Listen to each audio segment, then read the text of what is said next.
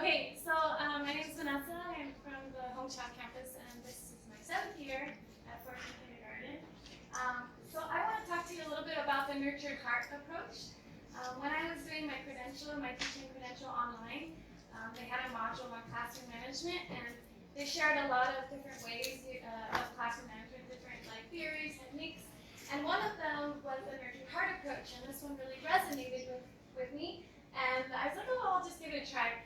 And within the first day, or even the first 2 hours, I was noticing a huge difference in my kids. And I thought, wow, they're really onto something. And now I can't say that I'm perfect at this technique. I mean, this is something you have to work on constantly, and especially getting into the routine and the habit of doing the nurtured heart approach. But this is a goal that I keep working on and keep trying to do for my own classroom. All right, so how many of you want to be kind to your children but still have clear rules and expectations? Raise your hand. I think everyone inside wants to be kind to children, right? We don't want to be that mean teacher that's all like, sit down, we're going to listen. That's not who we want to be. But at some point, we usually lose patience, and then all of a sudden we've blown up or something like that. So the nurture heart approach is to try to keep kindness, try to still remain kind to the children, but still give them those clear limits and expectations. So the whole goal of the nurtured heart is to help children discover their greatness. That is your role as a teacher. They need to discover their greatness so that difficult children realize that they are not the bad kid, and that, easy children are like, oh, I don't have to worry about that child.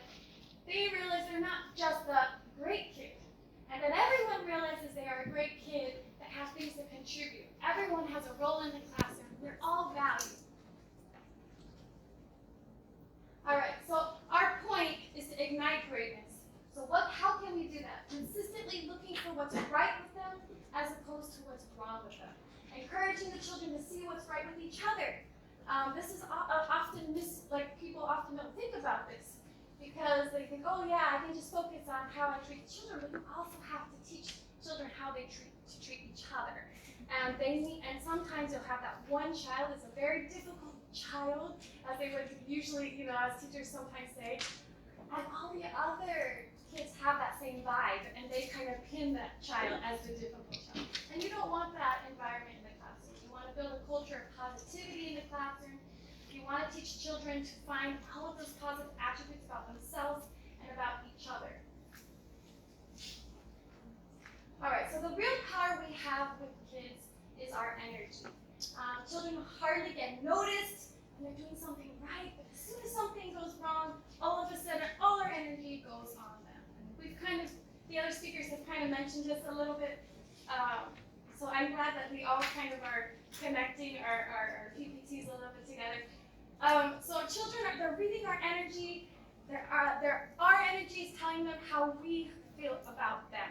So I think most children, no matter what, they want our focus. They want an adult to focus on them.